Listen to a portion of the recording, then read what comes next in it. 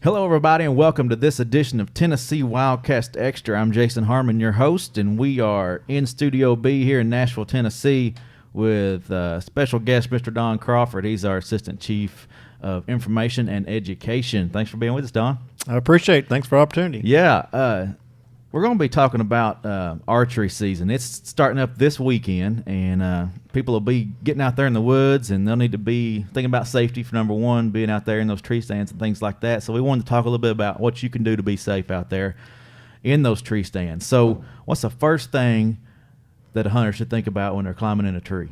First thing you think about is you need to make sure you have a good safety harness. What you need, the best kind to have is what they call a 4-point. It covers both shoulders. Also, it comes across both legs. Mm-hmm. You know, that's what they call. They make some really good ones out there. I mean, there's some in there. There's some look like vests. There's some that are a lot smaller. I mean, they just come across your shoulders and all that.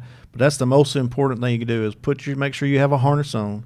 And you want to make, especially if you're in a climbing stand, you want to make sure you use that harness from start to finish. You know, when you're climbing up and you're climbing down, because that's where most accidents happen with climbers. Is you're either coming up or you're coming down. That's where most accidents do happen. You've got one over next to you. Can you show that? Let's show it to the folks at home that are watching.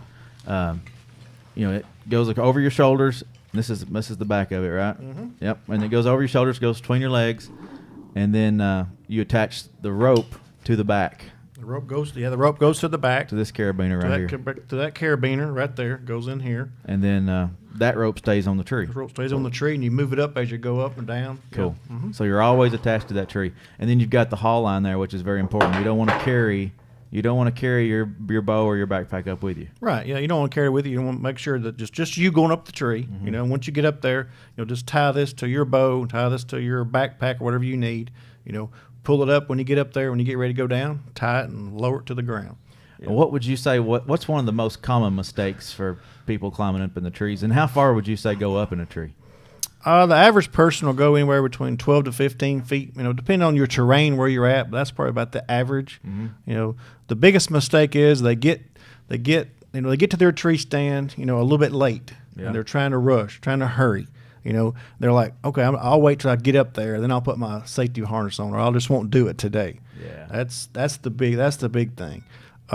With some of the ladder stands or with some of the lock-on stands, the biggest problem is trying to step over into it. Mm-hmm. That's some of the big stuff. But a lot of it is they're trying to rush, trying in a hurry. It's going to take you a few extra minutes. With using the harness correctly.